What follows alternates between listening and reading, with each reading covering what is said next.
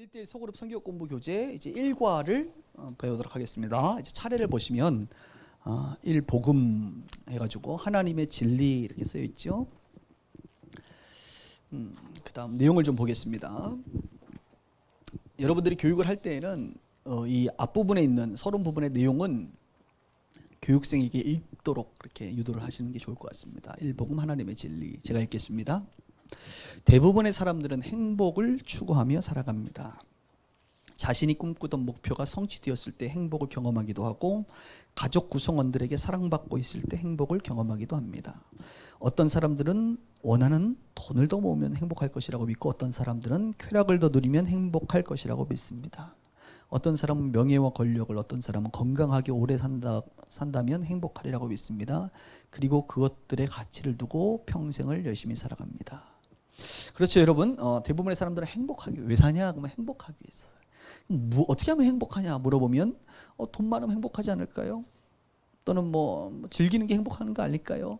명예와 권력, 건강 이런 거 얻으면 행복하지 않을까요? 라고 스스로들이 그렇게 믿고 산단 말이죠. 그런데 그게 사실일까요?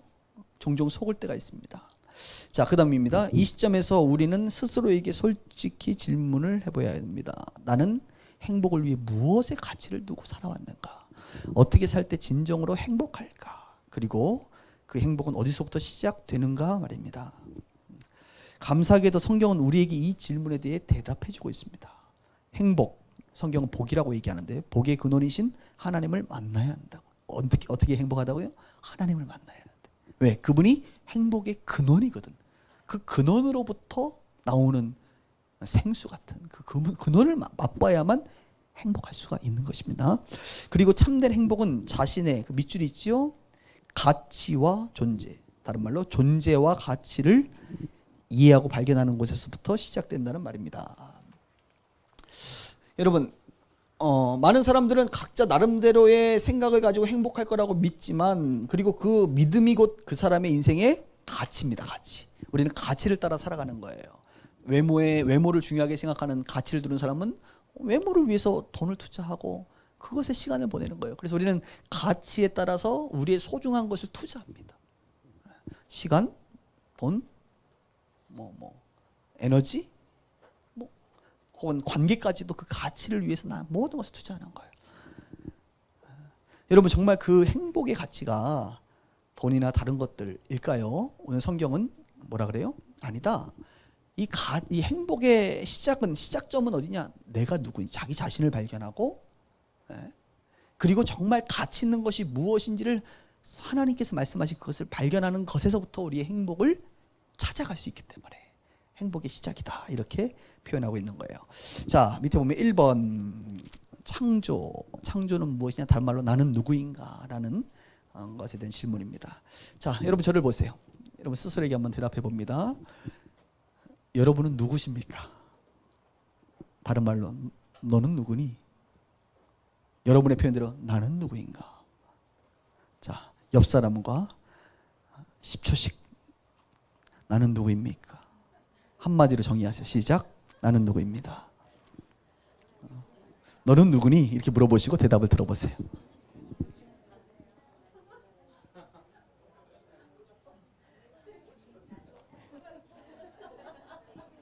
뭐 이런 사람이 있으면 나는 나야, 뭐 이런 얘기 하지 마시고 철학적인 나는 누구인지. 너는 왜 사니? 이렇게 질문해요. 너는 왜 사니? 왜냐? 너는 왜 사니가 결국 가치를 끄집어내는 질문이거든요. 너는 왜 사니? 너는 무엇을 위해서 사니? 이렇게 질문해 보면 다시 나오죠. 다시 한번 대답을 해보세요. 당신은 무엇을 위해 사십니까? 당신은 왜 사십니까? 네. 또 이렇게 대답하시면 나 태어났으니까 살지. 전혀 의미를 발견할 수 없다는 것이죠. 네. 예, 우리 한번 오늘 성경 공부 교재를 보고 같이 한번 나눠보도록 합니다. 거기 이렇게 써 있습니다. 나는 누구입니까?에 대해서 세 가지 정리했습니다. 첫 번째, 나는 뭐 하기 위해서? 사랑받기 위해 창조된 자. 나는 누구냐? 나는 저요? 저 사랑받기 위해 저는 창조된 자입니다. 창조주가 있습니다. 창조된 자입니다. 그런데 사랑받기 위해. 성경 구절 같이 한번 읽습니다. 시작. 아버지께서 세상이 창조되기 전에 저를 사랑하셔서 아버지께서 제게 주신 그 영광을 그들로 보기. 그 다음에 하나님이 가라사대 우리의 형상을 따라 우리의 모양대로 우리가 사람을 만들고, 그 다음에 하나님이 세상을 이처럼 사랑하사 독생자를 주셨습니다. 성경은 무엇이라 말하고 있습니까? 세상이 창조되기 전에 나를 사랑하셨다. 이 나는 예수님을 얘기하거든요. 예수님을 사랑하셨다. 그리고 영광을 보이셨다. 세상이 창조되기 전에 예수님과 하나님과 성령님은 서로 뭐 하셨느냐? 서로 사랑하셨다는 거예요. 그리고 그 사랑의 관계를 확대하기 위해서 그 하나님의 형상을 닮은 우리의 형상을 따라 우리가 사람을 만들자. 그 형상을 따라 우리가 만들었는데 왜? 마치 창조 전에 하나님, 예수님, 성령님이 서로 사랑하셨듯이 그 형상을 닮은 인간을 만들어서 인간들과 뭐 하자? 사랑하자. 그래서 저와 여러분들은 창조 전에 그 성부, 성자, 성령님께서 서로 사랑하셨던 그 관계처럼 하나님과 우리는 사랑의 관계로 창조된 거예요. 그리고 하나님께서 그 아들 독생자, 하나님이 세상을 이처럼 사랑하사 누구를 줘요? 독생자를 주셨어요. 독생자를 왜 줘요? 사랑하사. 세상을 사랑하사. 이 만물과 저와 여러분들을 사랑하기 때문에. 우리는 누구입니까? 우리는 사랑받기 위해 태어난 자예요. 당신은 사랑받기 위해 태어난 사람. 이 노래는 그래서 아주 성경적인 노래예요. 한번 옆 사람에게 이렇게 축복합시다. 당신은 사랑받기 위해 태어났습니다. 네. 이런 얘기하면 이렇게 막 느끼하고 힘들고 그러면 안 돼요, 여러분. 자, 오글거리고 그러면 안 됩니다. 자, 2번. 또 나는 누구인가? 하나님은 나에게 특별한 계획을 가지고 있습니다. 나는 사랑받기 위해 태어났고, 그 다음 두 번째로는 나를 향한 하나님의 계획이 있구나. 그것을 보는 거예요. 성경 구절 같이 있습니다. 시작. 우리를 창조하신 분은 하나님이십니다. 그리스도 예수 안에서 우리를 새 사람으로 변화시켜 착한 일을 하게 하실 분도 하나님이십니다. 하나님께서는 우리 안에 이미 오래전부터 선한 일을 계획해 놓으셨습니다. 우리의 삶이 선하게 되도록 그렇게 계획해 놓으셨습니다. 예. 여러분, 나는 누구냐면 하나님의 계획을 이룰 자예요. 그 하나님의 계획은 어떤 계획이냐면 선한 계획입니다. 여러분도 꿈을 가지세요. 여러분들을 향한 선한 계획이 있습니다. 믿으십니까? 그 선한 계획이 뭔지 아세요? 아직 잘 모르겠지요. 그 계획을 이제 알아갈 겁니다, 여러분. 알 수 있습니다. 그 다음 세 번째, 나는 누구인가? 사랑받기 위해 창조된 자고, 하나님의 어떤 특별한 계획이 있는 자고, 그 다음 세 번째, 하나님은 내가 행복하기를 원하신다는 거예요. 나는 누구인가? 나는 행복한 자다. 따라하세요. 나는 행복한 자다. 행복할 수 있습니다. 하나님께서 하나님의 형상대로 사람을 창조하시되 남자와 여자를 만드셨습니다. 하나님께서 사람에게 복을 주심이 말씀하셨습니다. 자녀들을 많이 낳고 번성하여 땅을 채워라. 땅을 정복하여라. 바다의 물고기와 하늘의 새와 땅 위에 움직이는 모든 생물을 다스리라. 우리로 하여금 이 세상을 다스릴 수 있는 권한을 하나님이 우리 가운데 주셨어요. 그래서 우리가 이것을 잘 다스리면 우리가 행복할 수 있습니다. 사랑하는 자여 내 영혼이 잘된 같이 내가 범사에 잘되고 강건하기를 내가 간구하노라. 우리가 사랑받은 자라고 그랬잖아요. 사랑하는 자여 내 영혼이 잘되고 범사가 잘되고 강건하기를 원하세요. 하나님은 여러분들이 영혼이 잘되기를 원하십니다. 영혼이 잘되면 범사가 잘되는 법이에요. 범사가 잘되면 강건합니다. 자, 마지막으로 같이 있습니다. 시작. 찬송하리로다. 하나님 곧 우리 주 예수 그리스도의 아버지께서 그리스도 안에서 하늘에 속한 모든 신령한 복을 우리에게 복 주시되. 하나님, 우리가 행복하기를 원하십니다. 이 세상을 잘 다스림을 통하여 행복하기를 원하고, 영혼이 잘되고 범사가 잘되고 강건하기를 원할 뿐만 아니라 하늘에 있는 신령한 복, 행복한 많은 것들을 주시기를 원해요. 그래서 기독교라고 하는 신앙생활을 하다 보면 이 세상의 것이 아닌 하늘의 신령한 복을 누리게 돼요. 평강, 기쁨, 만족, 그다음 선, 희락, 때로는 물질적 축복도 그 안에 하나님은 충분히 줄 수 있는 분이시고요. 더 나아가 물질적 축복을 뛰어넘는 많은 복들이 있습니다. 자, 밑에 보면 생각해보기라 그랬어요. 생각해보기. 여러분들이 교육을 할 때는 교육생에게 질문을 해보는 거예요. 이 말씀 여러분 한번 생각해 보세요. 평강의 마음, 삶의 열매, 확신과 사랑, 만족, 건강, 영적인 축복, 자유, 힘과 능력, 기쁨, 이것들 중에 최근 여러분들이 누리고 계신 것이 무엇입니까? 동그라미 쳐보시고, 아, 나는 이 부분은 지금 못 누리고 있다라고 느껴지는 부분들이 있으면 X를 치시고, 좀 잘 모르겠다라고 하시면 세모를 치세요. 세모를 치세요. 네. 자기를 한번 평가해 보십시다. 나는 지금 어떤 것들을 누리고 있는가?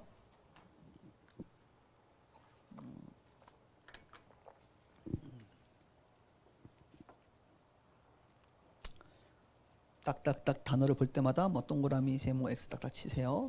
자, 다 되신 분들은 저를 보십시오. 우리 최사라 집사님은 어떤 거 누리세요 요즘에? 평강. 어떤 거 못 누리세요? 삶의 열매. 또 고개를 갑자기 안 드는 사람들이 들다가 우리 혜인 자매님은 뭘 누리세요? 만족. 그리고 잘 못 누리시는 거는 삶의 열매. 다들 삶의 열매를 기대가 굉장히 많은가 보다, 그죠? 그러니까 지금은 아직은 내가 기대한 것만큼보다는. 우리 강용구 집사님은 어떠세요? 좀 누리시는 거?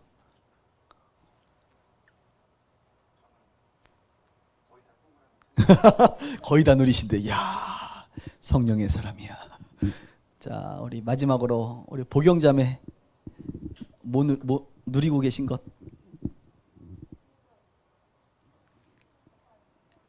힘과 능력. 그리고 못 누리는 거, 기쁨이 없어요. 집에 설빙을 데리고 가란 말이에요. 기쁨을 누리도록. 예, 직장 생활하면서 새로 시작하니까 또 많이 힘들기도 하겠죠. 네, 그렇습니다. 이런 것들을 이렇게 이제 체크를 하고 서로 나누는 겁니다. 그래서 일방적인 강의가 아니라 이렇게 서로 나누는 거예요. 나누고 나서 이렇게 질문하세요. 밑에 보면 이런 말씀이죠. 하나님께서는 우리가 이러한 삶을 누리며 행복하기를 원하실까요? 원치 않으실까요? 원하십니다. 그런데 왜 대부분의 사람들은 이러한 삶과 행복을 누리지 못할까요? 우리는 예수님을 믿기 때문에 지금 이런 부분들에 대한 이해가 있지만 예수님을 전혀 알지 못하고 아직 복음을 들어보지 못한 사람들은 이런 부분에 대해서 질문할 때 왜 이것을 다 못 누리고 있을까요?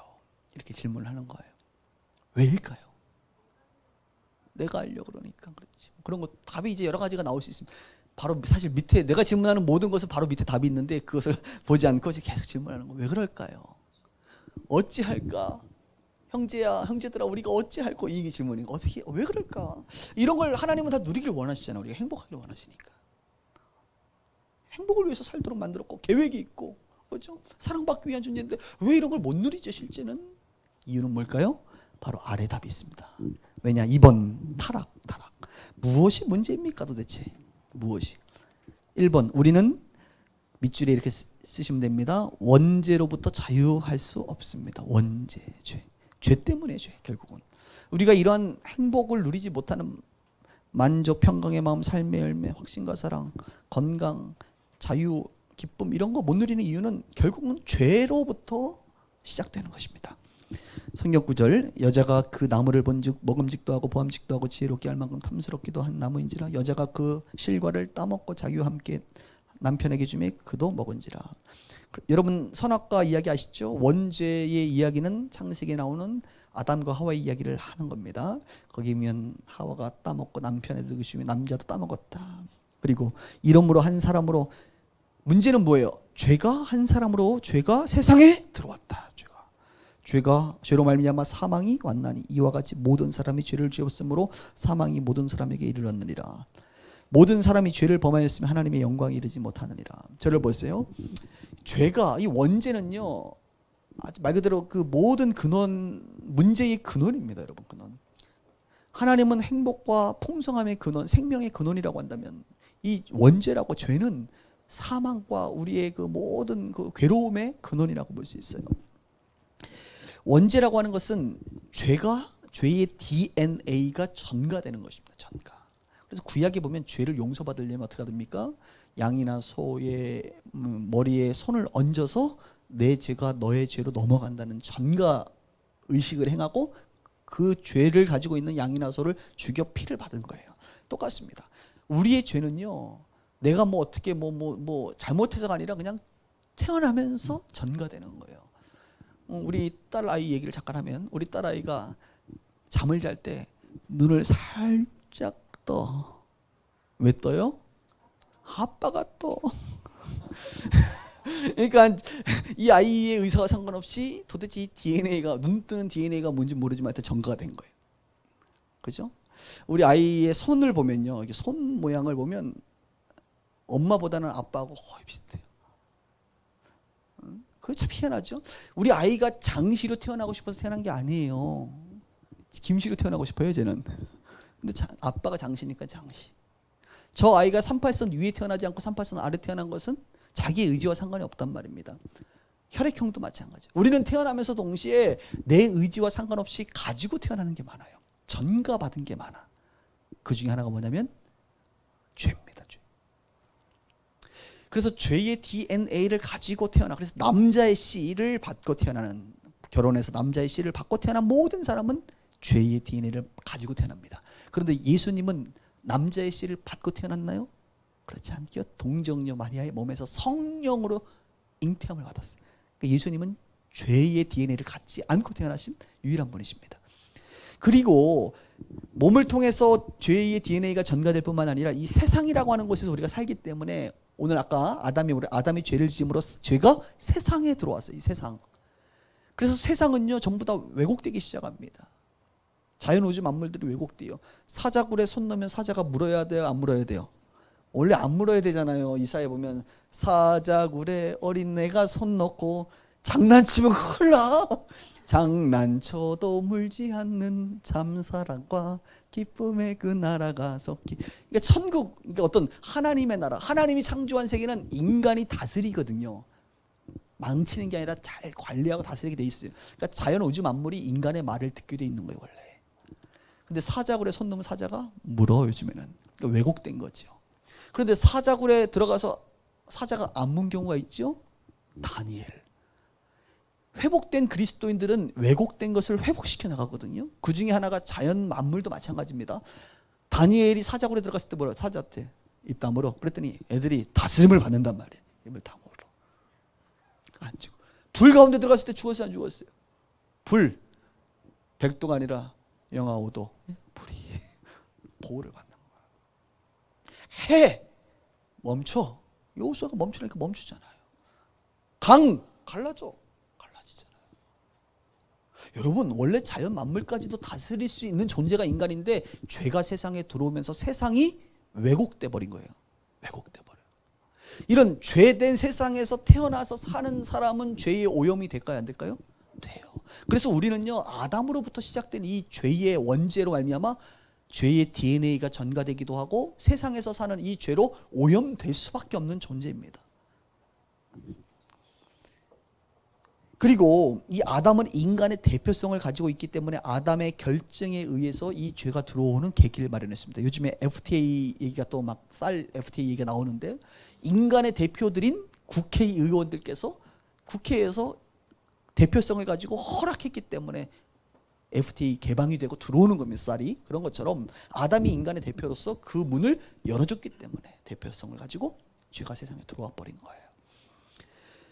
그래서 이 원죄로 말미암아 하나님의 창조 질서가 왜곡되고 파괴되기 시작했습니다. 먼저는 하나님과의 관계에서 인간과 하나님이, 인간이 죄로 말미암아 하나님과의 관계로부터 끊어졌게 됐고, 인간과 인간과의 관계가 사랑하며 살아야 될 존재임에도 불구하고 형이 동생을 죽이는 살인 사건이 시작되기 시작하고 왜곡된 거죠.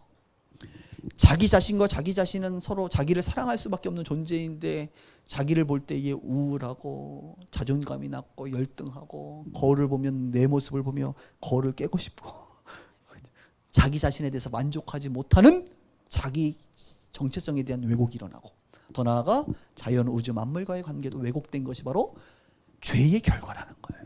이게 다 원죄의 결과입니다. 자, 그 뒷장 3페이지를 보시면 우리는 원죄로 말미암아 이렇게 죄로 오염되기 시작하는데, 그 결과가 우리의 삶에서 자범죄로 등장해요. 우리는 자범죄, 행위죄라고도 표현할 수 있는데 자범죄로부터도 역시 자유로울 수가 없어요. 그래서 우리가 이제 가인 성경에 보면 창세기 1장은 천지창조, 2장은 인간창조, 3장은 원죄, 인간이 죄가 들어오고 4장부터 11장까지는 죄가 확산되는 모습을 보여주고 있는 거예요. 그리고 12장에 아브라함을 하나님이 부르시는 것은 회복을 위한 이제 구속의 역사가 시작되는 겁니다. 구원의 역사가 시작되는 거예요. 4장부터 11장까지 보면 4장 8절에 보니까 가인이 그 아우 아벨에게 고하니라. 그 후에 그들이 들에 있을 때 가인이 아벨을 쳐 죽여요. 이 죄의 결과가 어떤 일이 벌어집니까? 원죄 죄의 결과가 동생을 죽이는 살인 사건이 벌어집니다. 그런데 여러분, 가인이 아벨 죽이고 나서 자기가 죄책감이 있었을까요, 없었을까요? 있었어요. 그래서 하나님이 가인에게, 가인 너 네 동생 아벨 어디 있냐 그랬더니 모른 척하자. 내가 내 동생을 지키는 자입니까? 뭐 이러면서 모른 척하는 거예요. 내가 죽였는데요, 뭐 이러지 않고. 근데 그 가인의 자녀들 중에 또 어떤 사람이 드냐? 라멕이 드냐? 라멕 4장 23절이면 라멕이 그 아내들에게 말했습니다. 나에게 상처를 입힌 사람을 죽였다. 나를 상하게 한 젊은이를 죽였다. 아니, 가인은 사람 죽이고 나서 양심의 가책은 있어서 그래서 그것을 숨기려고 했는데 자손들 중에 죄가 얼마나 확산됐는지 이제는 죄책감도 없어. 사람 죽이고 와이프한테 얘기하는 거예요. 어떤 청소년이 지나가다 날 건드려가지고 내가 그 친구 죽여버렸어. 이제는 사람 죽이는 게 뭐 대단하지 않은 것처럼 죄가 확산되는 거예요. 그 다음에 노아 시대 6장에 창세기 이제 6장에 넘어가니까 여호와께서 사람의 죄악이 세상의 관영함과 그 마음의 생각의 모든 계획이 항상 악할 뿐임을 보시고, 이제 노아 시대에는 어떤 개인뿐만 아니라 세상의 모든 사람들이 노아를 제외하고 거의 다 이렇게 죄악 가운데 이렇게 있는 그런 보편적 죄악으로 물들어 있는 상황을 성경은 보여주고 있다. 여러분, 지금 점점 죄가 확산되고 있는 게 보여집니까? 보여집니까? 그리고 마지막 11장에 보니까 그러므로 그 이름을 바벨탑 사건이 등장합니다. 이는 여호와께서 거기서 온 땅의 언어를 혼잡하게 하셨습니다. 여호와께서 거기서 그들을 온 지면에 흩으셨다.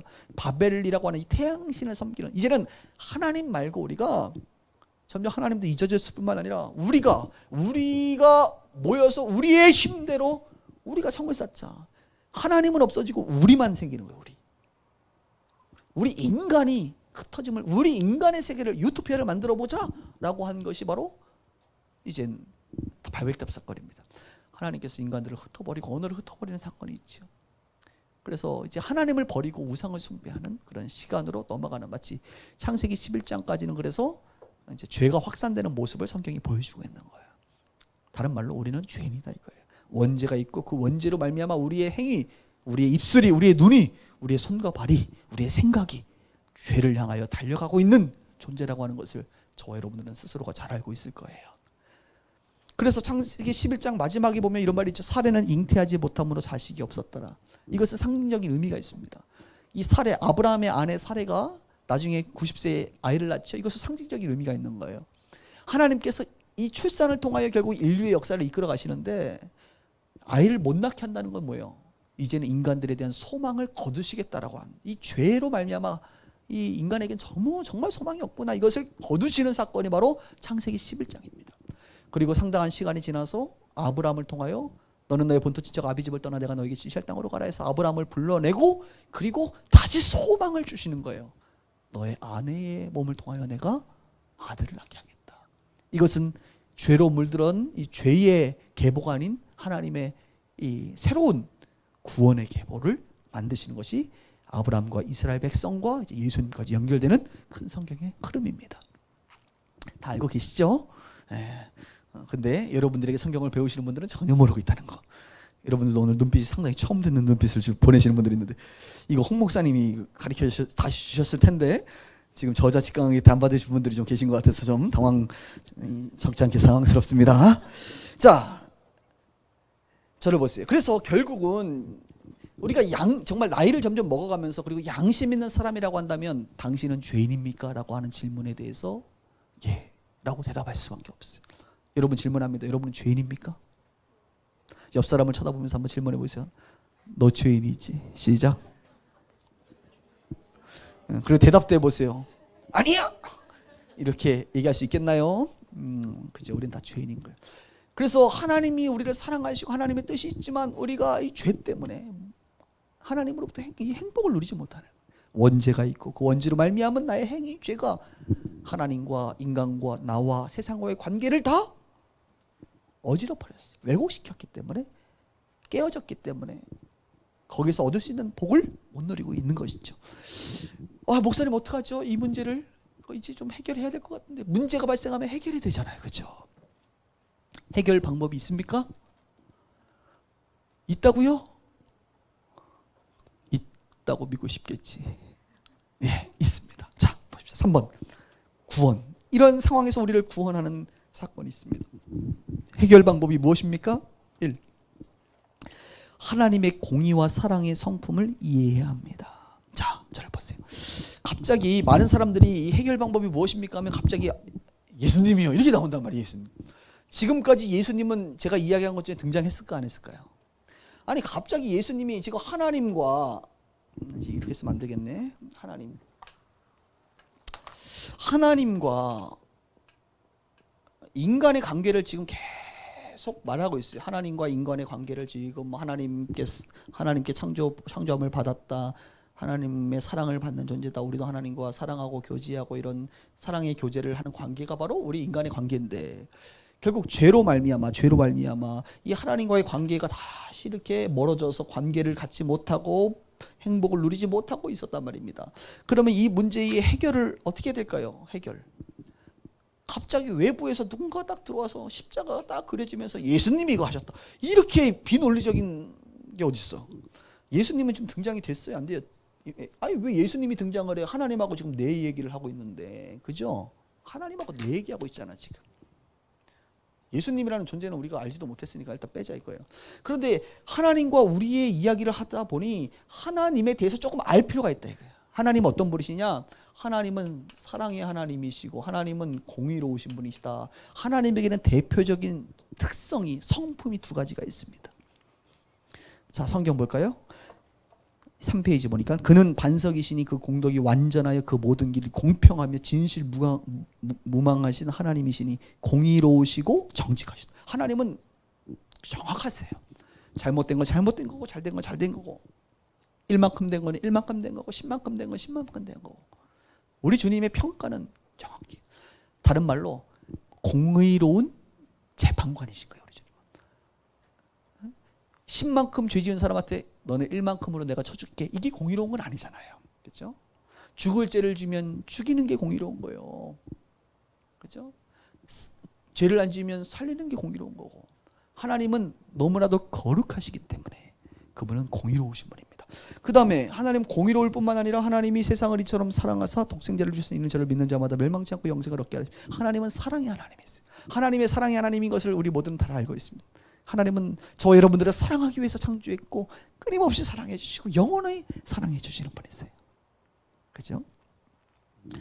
그런데 이 하나님의 공의와 사랑의 특성은 계속해서 성경에 나타납니다. 아담과 하와가 죄를 지었을 때에 에덴 동산에서 추방을 당했어요. 이것은 뭐예요? 공의로운 심판입니다. 그러나 가죽 옷을 입혔어요. 왜요? 자꾸 이렇게 서로 부끄러워하고 막 나뭇잎을 했더니 나뭇잎이 햇빛이 칭칭 하니까 휙 올라가네. 어머나. 그래서 우리 주님께서 올라가지 않는 가죽 옷을 입혔다는 것은 상징적으로 무엇을 담고 있습니까? 가축을 죽여야 가죽 옷을 만들잖아요. 그러니까 그들을 위해서 누군가를 죽인 거예요. 가축을 희생시켰단 말이에요. 피를 봤단 말이에요. 그리고 옷을 입혔죠. 가인이 동생을 죽였을 때에도, 아벨을 죽였을 때에도 하나님은 공의롭기 때문에 그를 추방해서 유리방황하도록 했어요. 그러나 사랑하신 게 있었습니다. 죽음을 면하는 표를 주셨어요. 노아 시대에도 사람들이 다 죄를 범했을 때 하나님은 홍수로 심판하셨습니다. 하나님의 공의예요. 그러나 사랑의 방주, 노아의 방주를 만들어 주셨어요. 항상 구원의 여지를 남겨두십니다. 하나님은 회개하고 돌아올 때까지 구원의 여지를 남겨두세요. 바벨탑 사건에서도 하나님께서는 사람들을 심판하시고 흩트렀습니다. 그러나 그 다음에 사랑하시기 때문에 새로운 국가, 모델 국가인 이스라엘을 통하여 이 흩어진 열방들을 다시 주님께로 돌아오게 하기 위한 하나님을 나타내길 원하셨어요. 그래서 구약 시대는 공의와 사랑이 바로 제사 제도인 거예요. 내가 죄를 지었으면 내가 심판받아야 되는데 그 심판을 사랑하시기 때문에 양이나 소에게 전가시켜서 양이나 소가 대신 죽게 함으로 나를 용서하시는 거, 하나님의 공의도 실천하시고 사랑도 실천하시는, 피도 보시고 용서도 해주시는 공의와 사랑의 하나님이시라는 겁니다. 옆에 보시면 2번 하나님의 공의와 사랑 중 클라이맥스가 있는데 그 클라이맥스는 뭐예요? 예수님의 십자가 사건이에요. 십자가. 예수님의 십자가만이 인간의 죄 문제를 해결하는 유일한 길입니다. 저를 보세요. 왜 갑자기 예수님이 등장하셨을까요? 지금도 우리는 하나님과 인간에 대해서 말하고 있는데. 자, 여러분 우리 최희선 자매님 가까이 계시니까 제가 질문할게요. 하나님께서 우리 최희선 자매님을 볼 때 어떨까요? 화가 날까요? 사랑이 많죠. 사랑하기 위해서 창조했잖아. 내 사랑 희선 해가지고 하나님이 딱 창조한 희선 자매를 향해서 사랑의 마음으로 다가가시는 거야. 쫙 다가가서 내 안에 거하고 내 말에 거하고 주님과 아름다운 교제를 하기 원해. 그런데 딱 다가갔더니 뭐가 있네? 죄가 있잖아. 원죄로 말미암아 죄가 있잖아. 죄를 보시는 순간 우리 주님에게 작동되시는 하나의 성품이 있는데 그게 뭐예요? 공의. 공의는 뭡니까? 죄의 싹은 사망이요. 사망이라고 하는 것은 거리를 하나님과 단절되는 것을 말해요. 그래서 하나님께서 사랑하려고 다가갔더니 여기 보니까 뭐가 있어요? 죄가. 그 죄를 보시고 하나님은 다시 멀어질 수밖에 없는 거야. 멀어져서 공의로우신 분이시기 때문에 나중에는 죽이시겠지만 멀어졌는데 보니까 제가 또 사랑스러워. 또 사랑의 이 본능이 나타나는 거예요. 우리 부모님들이 자녀를 향해서 그런 마음 아니겠습니까? 자녀가 잘못하면 뭐가 올라와요? 공의가 올라와요. 이놈의 자식. 그런데 또 울고 있는 아이를 보면 또 어떤 마음이? 안쓰러워. 사랑. 그래서 주님의 사랑의 마음이 다가와서 또 다가갔더니 또 뭐가 보여? 죄. 멀어져. 사랑하려면 뭘 못하고 공의를 못하겠고 공의를 실천하면 뭘 못하겠고 공의를 실천하면 사랑을 못하겠고 이게 하나님의 고민이요. 딜레마예요. 여러분이 하나님이시면 이 희선자매님을 어떻게 하시겠습니까? 참 고민이에요. 어떻게 하시겠어요? 창렬 형제님 어떻게 하시겠어요? 그러나 우리 하나님은 우리보다 훨씬 지혜로우신 것을 여러분 아셔야 돼요. 그래서 우리 주님이 우리 예수님 오신 건 일단 얘기해 봅시다. 그분이 이 하나님이 보니까 인간을 보니까 인간이 전부 다 죄에 갇혀 살고 있는 거예요. 죄에 갇혀서 살고 있는 거예요. 도대체 이 죄의 문제로부터 자유로울 사람이 하나도 없는 거예요. 감옥 안에 다 갇혀 있는 거예요. 죄의 감옥 안에. 아니 감옥 밖에 있는 누군가가 좀 죄 없는 누군가가 밖에서 좀 이 인간들을 구출해야 되는데 전부 다 죄에 갇혀 있는 인간들을 보면서 마음이 아프셨어요. 그래서 우리 하나님께서 인간 구출 작전을 펼치십니다. 그러니까 보니까 인간 세계에 죄 없는 분이 있어요, 없어요? 없잖아요. 그러니까 본인은 죄가 있을까 없을까요? 하나님 자신은 죄가 없네. 그래서 하나님이 인간이 되어 이 땅에 오셨어요. 모습을. 그분이 누구십니까? 예수님이라는 분이 예수라는 분이 이 땅에 오셔서 죄가 없으니까 이분은 죽지 않아도 되는데 이분이 십자가에 죽었어요? 안 죽었어요? 죽었어. 그래서 사람들은 아하 십자가에 죽은 자는 저주를 받아서 죽는 거구나 하나님 앞에 이렇게 생각했는데 예수님은 저주를 받아 죽는데 이 저주가 누구의 저주냐면 자기 자신의 죄의 저주가 아니라 바로 이 인간들의 죄를 다 자신이 짊어지고 마치 구약의 양이나 소가 인간들의 죄를 전가받고 대신 피 흘려 죽은 것처럼 예수님께서 인간들의 죄를 다 짊어지고 이 대가를 양이나 소처럼 어린 양처럼 대가를 치르고 십자가에 죽으셨단 말입니다. 자, 그러면 이 인간들이 이젠 죄가 예수님에게 다 전가됐으니 자 질문합니다. 인간들에게 죄가 있을까요? 없을까요? 없어졌죠. 자, 희선 자매님을 위하여 예수님께서 십자가에 죽으셨습니다. 희선 자매님의 죄를 짊어지고. 자, 하나님께서 아까 전에는 사랑하려고 딱 다가갔잖아. 사랑하려고 딱 다가갔어. 근데 뭐가 있어서? 죄가 있어서 멀어졌어. 이러지도 못하고 저러지도 못하고. 그런데 이제는 희선 자매님의 죄를 예수님이 짊어지시고 가셨어요. 이제는 사랑을 하려고 딱 다가갔으니 사랑할 수 있을까요? 없을까요? 있지요. 뭐가 없으니까? 죄가 없어요. 죄가 없으니까 더 이상 하나님께서 희선 자매님에게부터 멀어져서 있을 필요가 있습니까? 없습니까? 없어요. 이분과 함께 사랑하며 살 수 있는 관계, 이 죄의 문제를 해결함으로 말미암아 하나님과의 관계를 회복시켰다 이거예요. 이것이 하나님의 비밀스러운 지혜입니다. 그래서 예수님은 하나님의 지혜예요. 자기 자신이 인간의 몸으로, 그리고 삼위일체 하나님이시기 때문에 자기 아들이신 그분께서 우리의 죄를 위하여 죽어주심으로 이제는 하나님과의 관계를, 이 십자가를 통한 관계입니다. 기도할 때도 예수님의 이름으로 기도하는 거예요. 우리가 십자가를 통하여 하나님과의 관계가 회복되는 거예요. 다시. 그래서 우리는 다시 하나님에게로부터 원래 창조받은 그 사랑의 관계를 회복하고 다스림의 관계를 회복하고 행복을 누리게 되고, 하나님과의 관계를 통해서 이제는 창조 때의 그 풍성함을 누리고 살아가는 존재가 된 거예요. 자, 밑에 성경 구절을 보겠습니다. 예수님께서 말씀하셨습니다. 내가 곧 길이요 진리요 생명이 나로 말미암지 않고는 아버지께로 올 자가 없느니라. 우리 예수님은 뭐라고 얘기합니까? 내가 길이요 진리요 생명이다. 하나님께로 가는 길이라는 거예요. 하나님께로 갈 수 있는 진리라는 거예요. 하나님께로 갈 수 있는 생명이라는 거예요. 하나님은 오직 한 분이십니다. 하나님께 나아갈 수 있는 방법도 오직 한 가지뿐입니다. 오직 예수 그리스도를 통해서만 가능합니다. 이것을 위해서 예수 그리스도께서는 사람의 몸으로 이 땅에 오셨습니다. 예수님 외에는 다른 어떤 이에게도 구원을 받을 수 없습니다. 하나님께서는 온 세상에 우리가 구원받을 다른 이름을 주신 적이 없습니다. 자, 그런데 많은 사람들이, 아니 목사님, 꼭 예수님만 믿어야, 꼭 예수님을 통해서만 하나님께로 갈 수가 있습니까? 라는 질문을 종종 하는 경우가 있어요.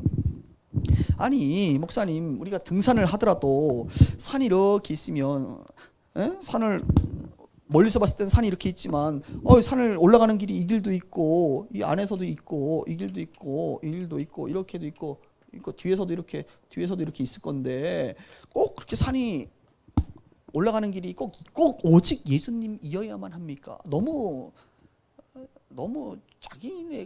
오직 자기네 거라고만 주장하는 게 좀 그렇지 않습니까? 지금은 포스트 모던 사회로 절대적인 것을 거부하는 상대적 다양성을 주장하는데, 어떻게 이렇게 꼭 오직 예수님이라고 말할 수 있습니까? 아니 석가라든지 또 다른 불교라든지 힌두교라든지 다른 어떤 진리라고 이야기하는 것들을 그들이 잘하거나 혹은 선행을 통해서 우리가 이렇게 하나님을 만날 수 있지 않을까요? 라고 하는 질문을 종종 한다 이것입니다. 그런데 놀랍게도 기독교의 성경 신앙은 우리가 어떤 폐쇄적이거나 어떤 독선적인 게 아니라 1 더하기 1이 2인데 자꾸 3이면 안 될까요? 4면 안 될까요? 5면 안 될까요? 라고 자꾸 주장한다고 1 더하기 1이 2인 것을 부정할 수는 없잖아요. 그렇죠? 그런 것처럼 성경은 오직 하나님께서 이 인간의 죄 문제를 해결하시는 길은 오직 예수님 외에는 불가능하다. 왜? 예수님 외에 다른 것들은 다 관념이고 실제가 아니고, 그리고 인간들은 그들 자신도 자기의 문제를 해결하지 못하는, 죄 문제도 해결하지 못하는 감옥에 갇혀있는 존재이고요. 그리고 죄 없는 그 분은 하나님밖에 없는데, 하나님이 인간으로 오신 분이 예수님밖에 없지 다른 분으로 오신 경우가 없고, 그리고 예수님은 그분이 십자가에 죽으시고 부활을 통하여, 그리고 지금도 살아계시고 그 살아계신 분과 수많은 그리스도 기독교인들이 대화하면서 교제하는, 실제하시는 하나님이신 분이라는 거예요. 이분 외에는 다른 길이 없기 때문에 없다고 이야기하지, 나도 다른 게 좀 있었으면, A도 있고 B도 있고 C도 있으니까 여러분 편합니다, 이렇게 얘기하고 싶죠. 왜 제 마음이라고 그런 마음이 없겠습니까? 인간들이 하나님을 만나고 죄 문제를 해결받는 다른 길이 있다고 한다면. 그런데 하나님이 정하신 길은 오직 이 예수님을 통하여만 해결할 수 있는 죄 문제이기 때문에, 오직 예수님만이 인간의 죄를 짊어질 수 있는 분이시기라는 걸 성경은 말하고 있다는 것이죠. 자, 그래서 그 밑에 우리 중간에 있는 우리 멘트를 같이 한번 읽습니다. 시작. 예수님께서 당신의 죄 문제를 십자가에서 완전히 해결하셨습니다. 이제 새로운 행복을 위해 우리가 해야 할 날이, 우리 예수님께서 이렇게 십자가를 지셨는데 이제 우리가 해야 될 일이 있다는 겁니다. 4번입니다. 완성. 어떻게 해야 합니까? 1번, 예수님의 십자가 사건을 뭐 하십시오? 믿으십시오. 믿으십시오. 성경은 믿으래요. 그것은 머리로 이해하고 마음으로 동의하는 것을 말합니다. 여러분, 믿는 게 뭐냐면 다른 게 아닙니다. 이게 물이죠? 제가 이 물을 마십니다. 저는 이 물을 믿었어요, 방금. 믿었어요. 물과 저는 관계를 맺었어요. 그렇죠? 저는 물을 마셨기 관계를 맺었어요. 이 물은 제 몸에 들어갔고, 그렇죠? 물을 제가 마실 때에는 머리로 이해했습니다. 이게 물이구나. H2O야, 이건 물이야. 그리고 여긴 독이 없어. 오늘 누가 이걸 떠났는데 오늘 목사님 드시고 돌아가시도록 독을 넣진 않았을 거야 라고 하는 물에 대한 신뢰, 물에 대한 이해와 함께 물에 대한 신뢰, 그 물을 이해하고 마음으로 이건 물이야, 괜찮은 거야 라고 마음으로 믿어서 내가 먹은 거예요. 모든 믿음은요, 믿음이라는 단어는 어려운 게 아닙니다. 믿음은 관계를 이루는 가장 기본이 되는 것입니다. 자, 여러분들이 오늘 성경 공부가 있다는 것을 믿고 왔어요. 여기 믿었으니까 왔지. 오늘 가도 아무도 없을 거야, 그때 광고는 그냥 농담으로 한 거지 진짜가 아닐 거야 라고 여러분들이 듣고 마음으로 믿었으면 안 왔죠. 믿음은 늘 행동과 연관이 되어 있다는 것입니다. 그래서 믿음과 행동은 분리될 수가 없는 거예요. 저는 대한민국 건설교통부의 표지판을 믿습니다. 그래서 부산 써 있으면 저는 글로 가면 부산이 나올 거라고 믿어요. 저는 내비게이션을 믿습니다. 내비게이션에서 우리 집 딱 찍으면 공릉동 태강 아파트 나온단 말이죠. 거기로 가면 저는 그 길을 따라가면 집이 나올 거라고 믿어요. 믿음은 내비게이션과의 관계를 맺는 기본이에요. 건설교통부와 관계를 맺는 기본이에요. 물과의 관계를 맺는 기본이에요. 어떤 대가를 요구하잖아요. 돈을 더 내라 이러지 않아요. 그냥 관계를 맺으려면 믿음이 필요합니다. 제가 목사고 정상적인 목사라는 것을 여러분이 믿으니까 지금 여기 앉아 계신 거예요. 관계가 맺어지는 것입니다. 하나님께서 이 사건을 하셨다는 것을 믿어라라고 하는 것 안에는 뭘 얘기하느냐? 관계를 말하고 있는 겁니다. 하나님과 인간과 창조했던 목적이 뭐예요? 관계를 맺는 거죠. 사랑의 관계. 잊어버린 그 하나님을 다시 찾는 데 있어서 필요한 게 예수님의 십자가 사건에 대한 믿음을 통하여 예수님이 너의 죄를 가져갔어라고 하는 그 사실을 믿을 때에 하나님과의 관계가 맺어집니다. 믿지 않으면 어떤 일이 벌어질 거예요? 하나님이 있지도 않아.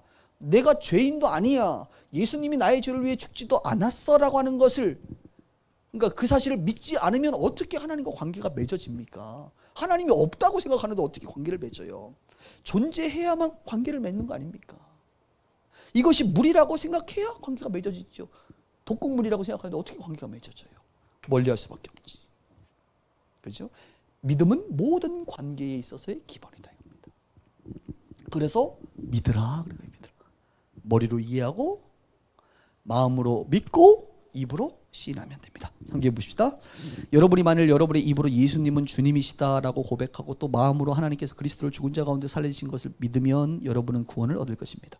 주 예수를 믿으라. 그리하면 너와 내 구원을 얻는다. 구원, 하나님과의 관계가의 회복이 구원이거든요. 그 구원은 믿을 때 가능합니다. 2번, 당신은 예수 그리스도께서 당신의 삶에 들어오셔서 삶의 주인이 되어달라고 기도해야 합니다. 기도, 그리고 가로치고 영접해야 합니다.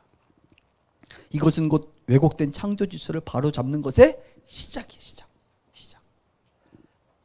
자, 이제 이 사실을 알았습니다. 이 사실을 정말로 내가 내 삶에서 누리게 되려면, 아까 행복을 누리는 것처럼 누리려면 예수님을 믿는, 그러면 어떻게 믿어야 되죠? 믿겠습니다라고 하는 고백, 그 영접이라고 하는 것 속에서 가능합니다.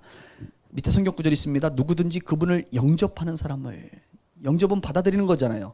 그분의 이름을 믿는 사람에게는 하나님의 자녀가 되는 자격을 주었습니다. 볼지어다 내가 문 밖에 서서 두드리노니 누구든지 내 음성을 듣고 마음의 문을 열면 내가 그에게로 들어가 그로 더불어 먹고 그는 나로 더불어 먹으리라. 저를 보십시오. 예수님께서, 하나님께서 지금 저를 통해서 오늘 여러분이 혹시 몰랐다고 한다면 십자가의 사건, 하나님이 당신을 사랑하십니다. 당신이 행복하길 원하십니다. 그러나 우리가 죄 때문에 하나님의 이것을 알지도 못하고 누리지도 못합니다. 그러나 예수님이 여러분의 죄를 해결해 주셨습니다. 그리고 여러분 이것을 믿으셔야 됩니다 라고 하는 것을 통해서 이것이 실제 관계가 회복됩니다.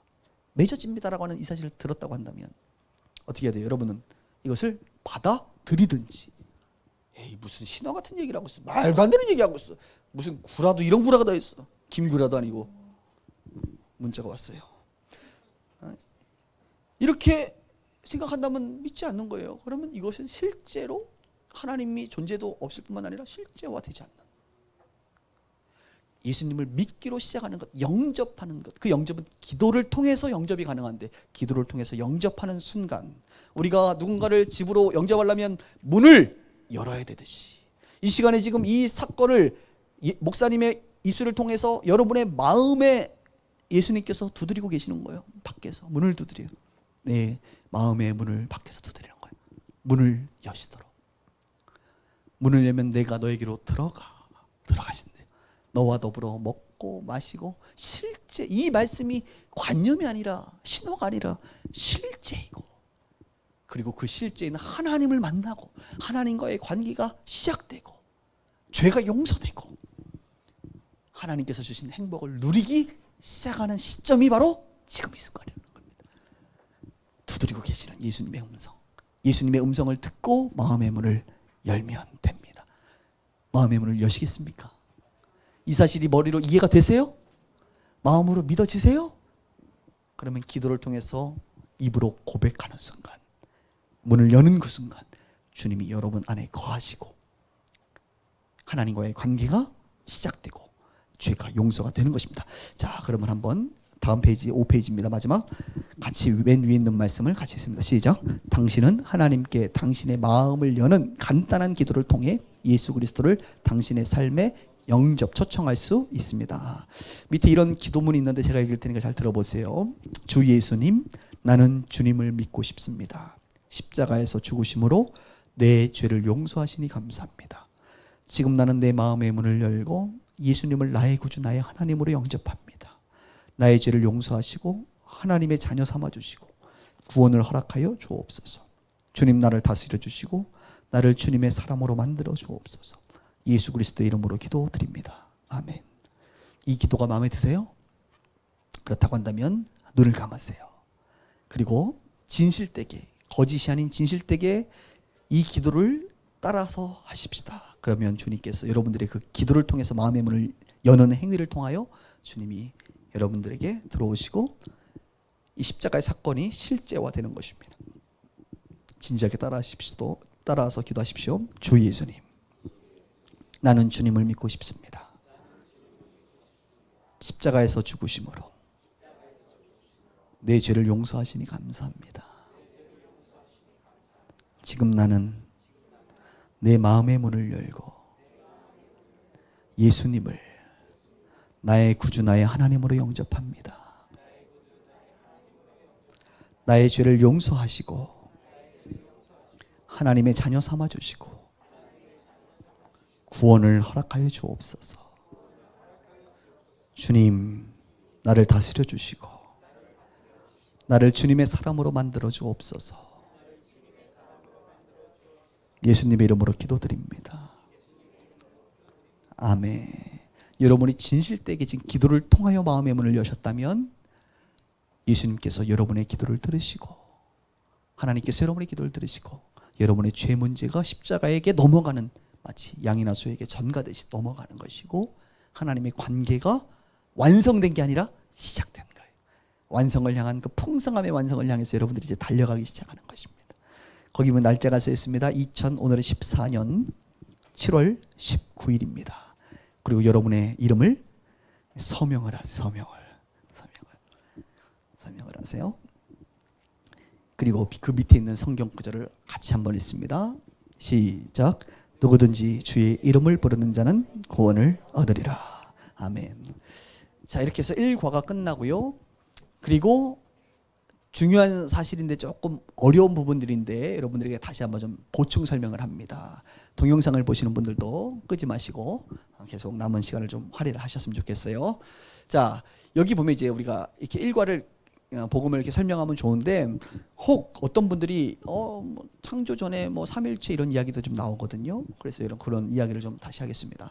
여러분, 창조 전에 하나님, 예수님, 성령님이 계신 것은 아까 설명을 했습니다. 여러분, 천지가 창조되기 전에 하나님, 예수님, 성령님이 계셨어요. 그분들은 뭐 하셨을까요? 궁금하죠? 창세기 1장에 보면 천지를 창조했습니다. 그럼 창세기 영장은 뭘까요? 창조하기 전에는 뭐 하셨죠? 서로 재밌게 노셨습니다. 네. 맞습니다. 너무 어떻게 잘하셨을까? 창조 전에 대한 이야기가 성경에 몇 번 등장합니다. 서신서에도 등장하고 요한복음에도 보면 이제 17장에도 등장하는데, 결론부터 얘기하면 창조 전에 성경은 말합니다. 하나님 예수님 성령님께서 뭐 하셨느냐? 서로 교제하셨다. 서로 영광의 관계를 갖고 있었다. 그런 것을 한마디로 표현하면 서로 사랑하셨다. 사랑이라는, 그래서 하나님은 사랑이에요. 하나님 예수님 성령님이 서로 사랑하셨고, 그 사랑을 확장하시기 위해서 천지를 창조하시고, 여기 인간이 이 세계에서 살도록 하는 거예요. 천지를 창조하시고, 그리고 인간, 형상을 닮은 인간과 사랑의 관계를 갖습니다. 그러면 삼위일체가 뭐지요? 이것을 좀 설명하려고. 삼위일체, 삼위일체는 뭐예요? 하나님 하나님 성령님이 삼위, 세 인격을 가지신 분이시라는 거예요. 그런데 일체, 한 분이라는 거예요. 다른 말로 삼일체는 저를 보세요. 하나님 예수님 성령님 세 분이 한 분이시고 한 분이 세 분이신 게 삼위일체입니다. 뭐 이런 말이 다 있어. 하나면 하나고 세 명이면 세 명. 이런 대사기극이 어딨나. 그런데 인간 세계에는 이런 게 존재합니까? 없어요, 여러분. 인간 세계는. 물질 세계는 존재하지 않습니다. 하나면 하나고 세 개면 세 개지. 하나가 세 개고 세 개인데 하나가. 그래서 어떤 분들이 이런 예를 듭니다. 한번 예를 들었어요. 이 물 얘기를 잠깐 또 하면, H2O라고 하는 화학 원소는 물인데, 이 물이라고 하는 존재는 H2O라고 하는 그 하나의 존재지만, 역할 면에서 100도씨 이상일 때는 기체 모양으로, 0도에서 100도씨 때는 액체 모양으로, 0도씨 아래일 때는 고체 모양으로 존재합니다. 그래서 H2O 일체이지만, 하나이지만 환경에 따라 세 모양으로 존재. 삼위일체다. 옛날에 우리 선배 목사님들이 이렇게 설명을 했어요. 그럴싸하죠? 이게 삼일체일까요? 아닙니다. 아니, 틀린 거예요, 여러분. 왜 틀릴까요? 또 하나 예를 들어볼게요. 저는 장창영이라고 하는 한 존재입니다. 저는 이런 존재인데, 제가 교회에서는 저는 어떤 사람이죠? 목사 역할이, 집에 가면 남편, 그죠? 또 딸에게는 아빠. 나는 목사, 남편, 아빠인데 삼위의 역할을 하지만 내 존재는 일체다. 나는 장창영이라는 존재니까. 이게 삼위일체다. 상당히 좀 그럴싸한데 뭔가 좀 찝찝해. 이게 물하고 똑같은 거예요, 지금. H2O지만 존재는, 그러니까 존재는 하나지만 역할은 세 가지 역할이다. 나도 존재는 하나인데 세 가지 역할을 하네. 이게 삼일체다. 그러니까 하나님 예수님 성령님은 한 분이시, 존재적으로는 한 분이신데 역할은 그래 세 가지 역할을 하시지. 그런데 여러분, 놀라운 사실이 있습니다. 보세요. 물이 만약에 지금은 액체 상태잖아요. 존재는 하나인데 액체인데, 그럼 고체하고 기체는 어디 갔죠, 지금? 고체일 때는 기체나 액체일 수가 없고, 액체일 때는 기체나 고체일 수 없고, 제가 지금 목사일 때는 제 몸이 아빠나 남편으로 존재할 수가 없는 거예요, 지금. 그죠? 나는 공간의 제한을 받는 사람이라는 거예요. 그런데 하나님 예수님 성령님은 완전하게 존재적으로는 한 분이신데, 그분의 권위와 인격과 존재는 한 분이신데, 동시적으로 하나님도 계시고 예수님도 계시고 성령님도 그 역할 면에서는 완전하게 달라. 놀랍죠? 저는 공간의 제한을 받지만 그분은 제한받지 않아요. 성령님은 여러분에게도 계시고 저에게도 계시고 이 공간에도 계시고 아프리카에도 계시고 전 우주적으로도 계셔요. 공간적으로 제한을 받지 않으셔요. 하나님은 여기에도 여러분과 대면하고 있지만 누군가와도 대면할 수 있는 한 분이지만, 이 인간의 이 3차원이라고 하는 이 공간적 제한을 받지 않으시는, 어제나 오늘이나 알파요 오메가고 처음이자 나중이시고, 그분은 이 시간적 공간적 제한을 받지 않은 완전하게, 그러나 존재적으로는 한 분이시지만 완전하게 세 분으로서의 역할을 하시는 분이 우리가 믿는 삼위일체 하나님이십니다. 그러니 이게 이해가 안 되는 건 당연하죠. 그래서 안 되는 것을 어떻게든 이해해 보려고 우리가 지금 잘못된 것을 예를 들므로 말미암아 옳은 것을 향해서 지금 계속 가고 있는 것입니다. 이게 삼일체. 이 삼일체에 그분이 창조 전부터 계셨고, 그럼 예수님이 이 땅에 오실 때에는, 그렇죠? 예수님이 이 땅에 오셨고, 지금은 부활해서 하나님과 함께 계시고, 성령님은 함께 하시면서도 우리 가운데 거하시는 아주 우리가 이해하기 어려운, 공간적 차원에 이해하기 어려운, 그러나 반드시 세 분으로 계시고, 그러나 이분은 다른 분리될 수 없고 나눌 수 없는 한 분이신. 그래서 우리가 하나님이라고 또는 예수님이라고 성령님이라고 이야기해도 존재적으로 한 분이시기 때문에 그분들은 충분히 우리의 그 언어적 표현을 이해하신 분이다. 그 삼일체 하나님께서 우리를 사랑하사 사랑의 관계에 있었고, 창조전에. 그래서 이것을 확대하기 위해서 창세기 1장에 세상을 만들고 인테리어를 깔끔하게 해놓으시고 마지막 날 인간이 살 수 있도록 그 공간 안에 집어넣어서 그 인간으로 하여금 인테리어 이거 한 거 니들이 다 관리해라, 누려라, 다스려라, 이렇게 말씀하셨다는 거예요. 그 다음에 이제 보세요. 그러면 아니 선악과, 이제 선악과 이야기를 좀 할게요. 아니 그렇게 창조하셨으면 선악과를 만들지 말지 왜 선악과를 만드셔가지고. 여러분, 하나님께서 아담이 선악과를 먹을 걸 알았을까요? 몰랐을까요? 참, 그럼 알면서도 하나님이 먹도록 내버려뒀어요? 몰랐을까요? 알았을까요? 많은 사람들이 교회 안 다니는 것 중에 하나님이 자기는 이해가 안 되는데, 그럼 자기 수준에서 자꾸 이해하려니까 이해가 안 되지. 나는 이해가 다 되는구만. 왜 자꾸 이해가 안 된다 그래요? 하나님이 선악과를 만들었습니다. 아담이 따먹을 걸 알았어요? 몰랐어요? 뻔히 알고 먹을 거 알고 만들었을까? 못된 심보로? 아니란 말이에요. 자, 이 설명을 해드릴게요.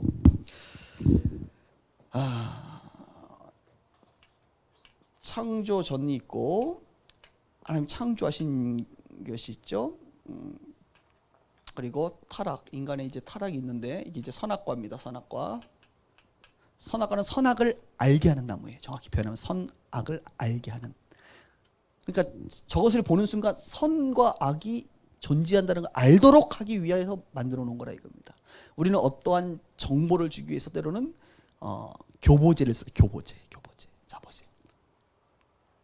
창조 전에 우리가 창세기 1장이 있기 전에 여러 가지 일이 있었습니다. 하나님, 예수님, 성령님께서 아까 사랑의 관계를 가지셨다. 그리고 또 뭐냐, 천사들이 있었어요. 천사들이 하나님, 예수님, 성령님을 섬기도록, 그들은 종들의 종, 섬기는 존재로 창조되었는데, 이들 중에 나중에 또 이거 설명할 수 있지만 결론적으로 이야기하면 천사들이 타락한 천사장, 흔히 우리가 얘기하는 루시퍼, 지금으로 얘기하면 마귀인데, 이들이 타락함으로 말미암아 하나님께로 쫓김을 받아, 종들이 똑바로 안 하면 쫓아내는 거 아닙니까? 쫓김을 받아서 타락한 천사장과 천사들이 모여서 있는 악의 집단이 있어요.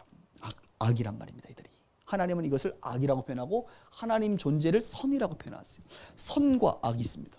그런데 하나님 천지를 창조하고 아담이 사는 이 세상은 악이 존재합니까? 안 해요, 지금. 그런데 이 세상은 악이 존재하지 않지만 하나님을 아시죠? 지금 뭐가 존재한다? 악이 존재한다. 그래서 이 사실을 알려줘야 될까요? 알려주지 말아야 될까요? 알려줘야 됩니다. 마치 우리 자녀들을 위해서 학교에서 교육하잖아요.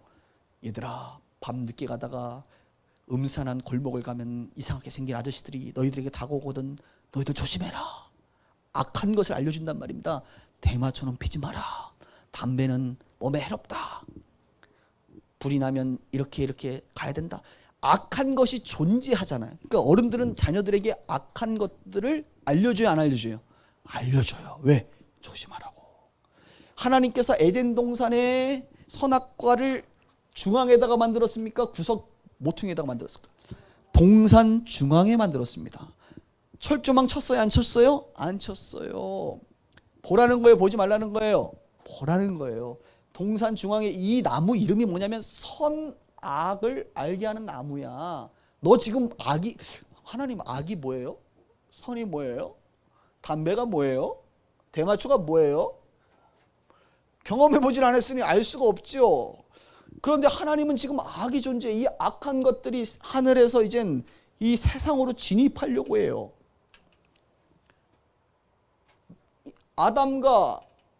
제가 너무 그림을 못 그리는 사람인데 하와 똑같네 주여. 뭐래? 아담과 하와를 미혹하려고 그래요. 죽이려고 그래요. 악이 존재해요. 그래서 하나님이 말씀합니다. 얘야 이거 이 나무가 선악을 알게 하는 나무야. 너 저거 따먹지 마. 저거를 따먹으면 너 악이 뭔지를 알게 돼. 이렇게 얘기하는 거예요.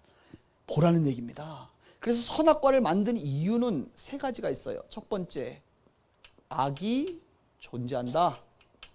알려주는 겁니다. 이건 나쁜 게 아닙니다. 알려주는 거예요.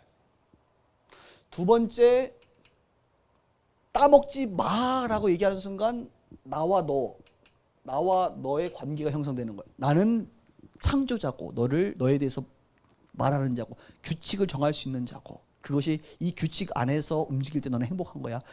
열차가 철길을 달릴 때에 행복하듯이 탈선하면 비참해지듯이 내가 창조한 이 창조 질서 안에서 있을 때 너는 참 행복하거든. 먹지 마라. 그리고 먹으면 죽는다. 이렇게 말하는 것은 나는 너에게 명령하는 자고 너는 내 말에 순종할 자라고 하는 창조자와 피조물의 관계를 정확히 설정하는 하나의 멘트였습니다. 그리고 세 번째, 자발적 순종. 하나님은 그런데 너는 피조물은 피조물인데 어떤 피조물? 자유의지를 가진 피조물이야. 나는 너를 로봇으로 만들지 않았어. 1번 버튼 누르면 선악과로부터 10m 전방에서만 움직이는 그런 로봇가 아니야. 나는 너와 교제하고 사랑하고 싶은데 2번 버튼을 누르면 하나님 사랑, 하나님 사랑해요, 하나님 사랑해요. 이렇게 비인격적인 존재로 만들지 않았어. 나는 너를 나와 같은 하나님이 인격적이십니다. 그래서 인격적인 존재로 만들어서 너가 나와 자발적 너의 기쁨과 스스로 하나님과의 관계를 갖기를 원해. 3번 버튼을 누르면 할렐루야 하나님 찬양, 할렐루야 하나님 찬양 이렇게 하지 않았단 말이에요. 찬성을 받기를 원하시고. 그러니까 하나님은 전지하세요.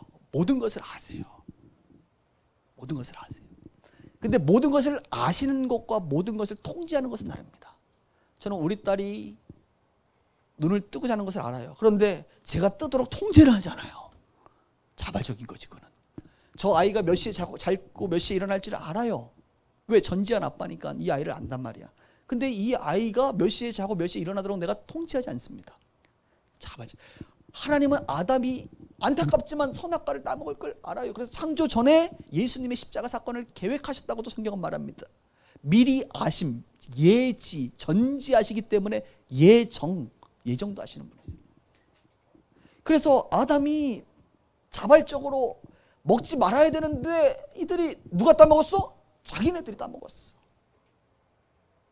하나님처럼 되고자 마귀도 하나님처럼 되려고 그랬고 얘도 인간도 하나님처럼 되고자 하는 그 미혹을 받아서 그러니까 미혹이 중요합니다. 지금 마지막 때에도 미혹을 받잖아요. 미혹을 받으면요 우리가 순간 넘어갈 수 있어요. 미혹을 받아 하나님의 말씀을 어겼어요. 그것이 그래서 죄가 세상에 공식적으로 죄의 문을 활짝 열어 제꼈어. 문을 활짝 열어 제껴가지고 죄가 세상에 들어온 계기를 마련한 것입니다. 인간들에게도 죄가 마련된 거예요. 이렇게 계속 죄가 들어오는 거예요. 이게 바로 선악과는요 하나님께서 악이 존재한 것을 미리 알려주는 선한 도구입니다. 선악과는 하나님과 인간과의 관계를 정확히 설정하는 아주 좋은 거예요. 선악과는 하나님이 인간으로 하여금 자발적으로 순종하길 기대하셨던 것입니다. 그런데 인간 스스로가 그것을 못했고 그 못하는 그것을 하나님은 단지 전지하시기 때문에 미리 아셨을 뿐이에요.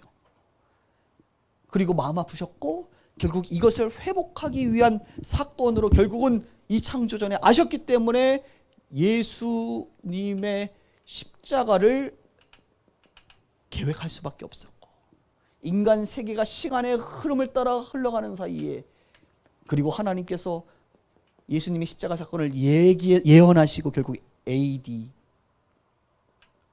30년의 십자가 사건을 통하여 우리를 구원하시는 전 인류를 구원하시는 구원의 시작을 알리신 거죠. 구원이 시작되고 구원이 완성될 것이 이제 또 예견되고 있습니다. 이것이 바로 선악과의 의미이기도 합니다. 그래서 선악과는 하나님의 사실 사랑인 거예요. 우리 입장에선 너무나도 불편한 것일 수 있지만 하나님 앞에서는 원래 사랑입니다. 모든 것이 그래요. 칼도 마찬가지로 우리에게 주어질 때 이것이 선한 도구가 되면 좋은 것이지만 악한 도구가 되면 악한 것이잖아요. 우리가 어떻게 쓰느냐에 따라 이 선악과가 우리가 아마 자발적으로 순종하면서 이렇게 마귀의 유혹을 잘 벗어났다고 한다면 이 선악과는 처음으로 하나님이 우리 가운데 주신 또 우리가 느끼기에도 선하고 좋은 것이었을 것입니다. 그런데 그렇지 못한 안타까운 결과를 맞이한 것이죠. 이렇게 죄가 들어오고 결국 예수님이 오셔서 인류를 구원하시는 사건까지 연관이 되는 것입니다. 자, 장시간 동안 첫 번째 주제인 복음, 기독교의 복음이 바로 이거, 성경의 핵심이 바로 이것입니다. 하나님 당신 사랑하십니다. 그러나 죄 때문에 하나님 못 만나는 것뿐이죠. 이 죄 문제 예수님이 해결해 주셨으니 이 예수 믿고 하나님 사랑 누리고 하나님이 주신 행복 누리고 하나님과의 관계를 회복하면서 우리 가운데 왜곡된 모든 내면적이고 개인적이고 하나님과의 관계적이고 이웃과의 관계적이고 세상과의 왜곡된 것들을 회복시켜 나가는 존재가 바로 우리 그리스도인들입니다. 이런 저와 여러분 되기를 바랍니다. 마치겠습니다. 박수하고 마치겠습니다.